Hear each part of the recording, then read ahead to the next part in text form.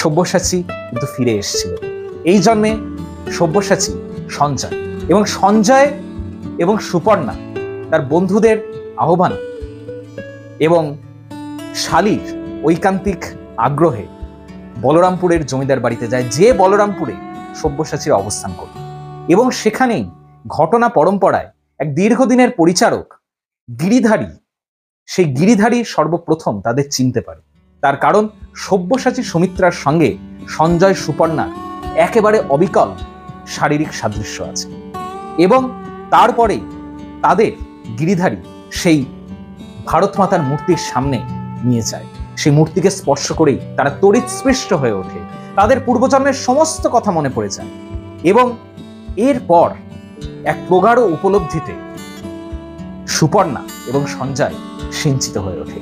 তাদের জন্ম জন্মান্তরের দেশপ্রেম জাগ্রত হয়ে ওঠে। দুই জন্মের সেই দেশমাতৃকার প্রতি অন্তর্লীন ভালোবাসা তাদের অন্তরকে স্ফুরিত করে। বসংসি জন্নানী যথা বিহায়, সেই শ্রীমদ্ ভাগবত গীতার অমর বাণী, অর্থাৎ আত্মাকে ছেদন করা যায় না, আত্মা অবিনশ্বর, আত্মার কখনো বিনাশ ঘটে না, সেই আত্মার পুনর্জন্ম হয়, আত্মা নবকলেবর ধারণ করে।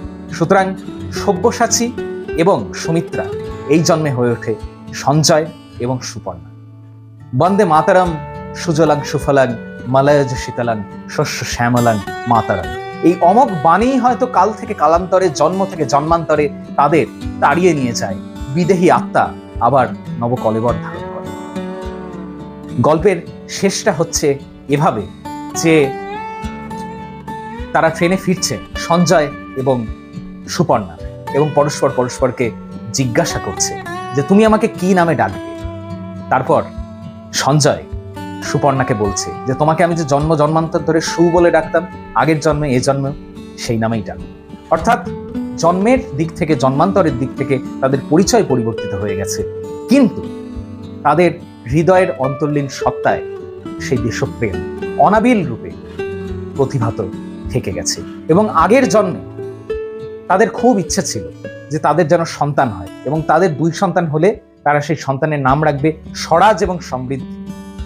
ট্রেনে যখন সঞ্জয় এবং সুপর্ণা ফিরছে, তখন তারা সিদ্ধান্ত গ্রহণ করে যে এবার তৃতীয় এবং চতুর্থ জনকে পৃথিবীর আলো দেখানোর সময় এসে গেছে, আর তাদের নাম হবে স্বরাজ এবং সমৃদ্ধি। প্রত্যেকে অতি অবশ্যই বাকশ্রুতির এই নতুন নিবেদন শুনবেন এবং অন্তরকে প্লাবিত করবেন দেশপ্রেমের মহিমায়। বাহুতে তুমি মা শক্তি, হৃদয়ে তুমি মা ভক্তি,